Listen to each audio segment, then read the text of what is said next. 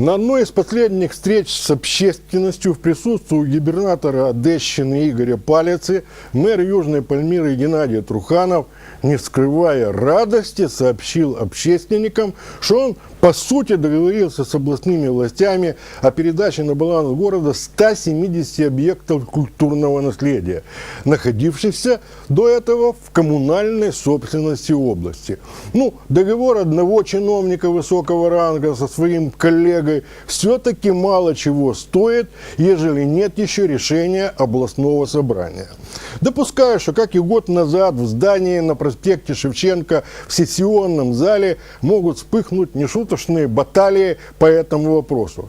Тогдашнему губернатору Эдуарду Матвейчуку при подавляющем большинстве его фракции пришлось дважды выступать, уговаривая депутатов принять удобное для губернского правительства решение.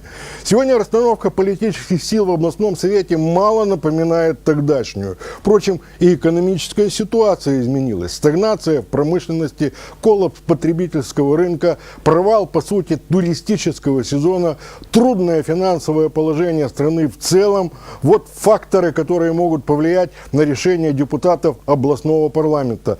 Сразу скажу, что ни город, ни область уже давно не в состоянии обеспечить сохранность памятников архитектуры и исторического наследия и в Одессе, и в области. Только один пример.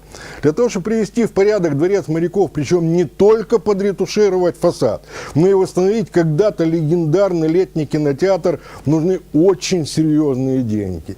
Та же ситуация касается любого объекта, независимо от того, кому он принадлежит, городу или области. Выделить деньги на приведение в порядок 170 памятников, которые перейдут в коммунальной громаде Одессы, это означает сократить финансирование из бюджета одной из статей главного денежного документа Южной Пальмиры. Следовательно, сразу же возникнут претензии со стороны тех, у кого эти деньги отнимут ради спасения красоты и памяти. Понятно, ждать помощи от государства бесполезно. Нет в Украине не то что свободных денег, их не хватает даже на содержание собственных армии и флота. Куда уж тут просить деньги на памятники архитектуры?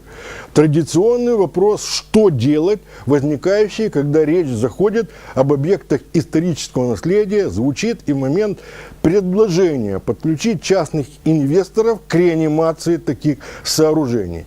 Прежде всех на дыбы становится широкая общественность, справедливо полагая, что с приходом частников все эти дома и дворцы будут переделаны в бог знает что, а потомки больше никогда не увидят то, чем гордились их предки. Есть и печальный опыт. Говорю о здании бывшего жовтневого райкома партии, которое при Руслане Борисовиче Баделане перешло в собственность Руслана Серафимовича Тарпана. Этот небольшой, но красивый особняк расположен прямо напротив Дома ученых. Нынешний собственник его выставил на продажу, но здание валится, что особенно заметно при взгляде на отреставрированный фасад дворца графа Толстого. И все-таки, что делать?